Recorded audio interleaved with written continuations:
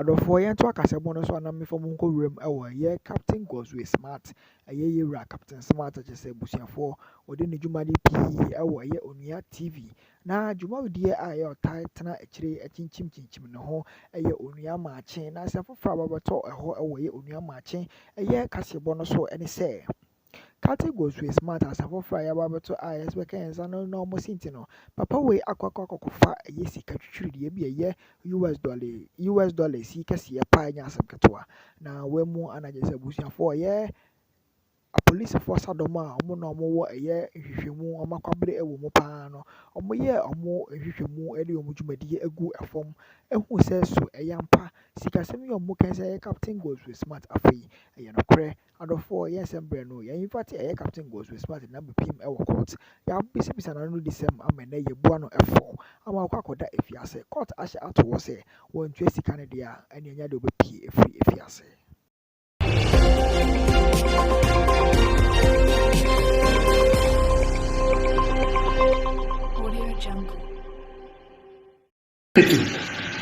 We, the undersigned National Democratic Congress constituency executives from the 6 constituencies within the Kosak traditional areas, Denduri, Boku Central, Kusiga, Garu, Sentani, and Zabila, stand before you today, deeply alarmed and outraged by the deteriorating security situation in Baku and the total failure of this government to protect the lives, dignity, and rights of the very people who gave them power.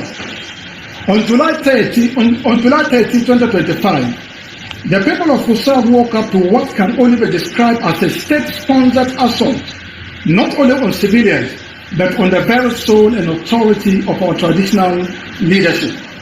In an appalling and indefensible act, the military desecrated the image of our revered overlord, His Royal Majesty Zuran Bokunaba, by setting ablaze his statue, an act so vile and provocative it amounts to declaration of war on the people of Kosak. The justification for this barbarity, a reported attack by unknown persons on Mamputi bases and the military escort. While we do not condone violence in any form, no civilized or lawful state responds by massacring innocent women and children, invading schools, brutalizing students, and injuring 2 of them. This is not law enforcement. This is state terrorism, and it will not be accepted under any circumstances. Let it be known, the Kosak people have reached their limit. During the 7th December 2024 election, while the rest of Ghana voted for hope and progress, the Kosak people voted not just for development, but for survival, placing their trust in the NDC and His Excellency John Dramani Mahama, believing his administration would deliver justice and peace through the rule of law. That trust is now dangerously eroded.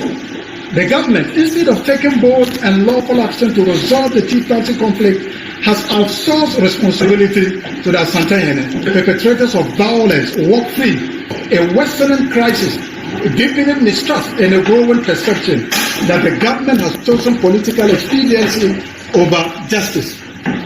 As the frontline leaders and campaigners of the NDC in Kosak, our lives are under serious threat, not just from the crossfire of violence, but from the growing anger of our own people, who now see us as enablers of a system that has betrayed them completely. We refuse to continue risking our lives and integrity in the name of a government that appears to have no respect for our people, our leaders, or the promises we made on its behalf. Anytime NDC is in government, Boko is at peace. Unfortunately, as soon as NDC leaves government, the Boko crisis flares up again. And let nobody say it's a fight between ethnic groups. There is politics behind it. And there are people who deliberately fund that crisis. Everybody, the majority of people in Boko, Kusasis, Mamprusis, Bimobas, Busangas, everybody wants peace. Because everybody wants peace to do his business.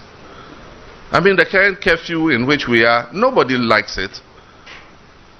Our chiefs are being told they can't wear smocks and go into town.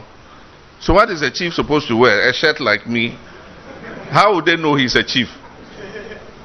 And yet it's because of the violence and the crisis. And they were forced to do it because people hide weapons in the smokes and go and shoot at people. But I can assure you that peace is our priority.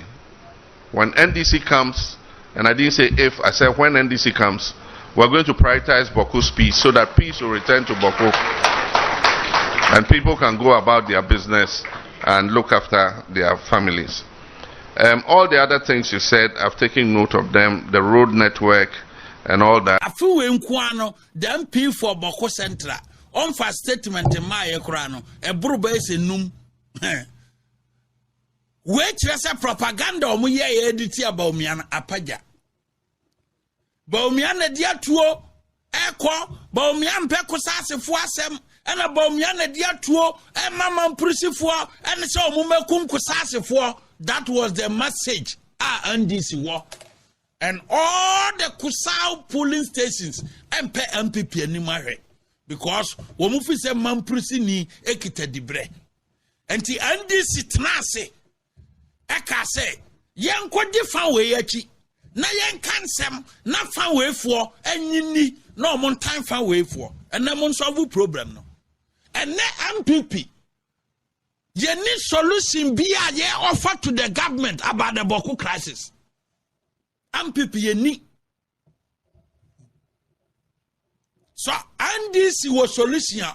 Said the NDC Timitina say a crafty propaganda message against the MPP and the presidential candidate. No, Wamu party headquarters war. No one sounding crafty another message. No one fanko siesi asem no. Ewa Boko. Because Kramayani yet ye and NDC Timika say, Baomiaya Mamprusi Ninti, Quisasine, my Mamprusin Tokwano, a Baomiana supply guns. Basintele ya Coco Cambi, Basintele or Coco Cambi, said Baomia, or your vice president, no, or in the police councillor, no, or Muna dear tuo, a Kobokusa Yankum Kusasa for. Just to incite the Kusasi against Dr. Alhaji Mahmoud Bawumia. Ama all the Kusau polling stations, all the Kusau constituencies, MPP and Nimayade, Ahe. And then Yakwa Tuabawi. Bawumia ni power, no control police beam. Bawumia ni power, na tuono wadiakobiem, etine mona more power. Interior Minister Yamudia, IGP Yamudia, IGP kwa hodia na siye, tete ya onu kwa ya dia na siye, etu ankaneka. Tete ya onu kwa boku, etu ankaneka, ye pia.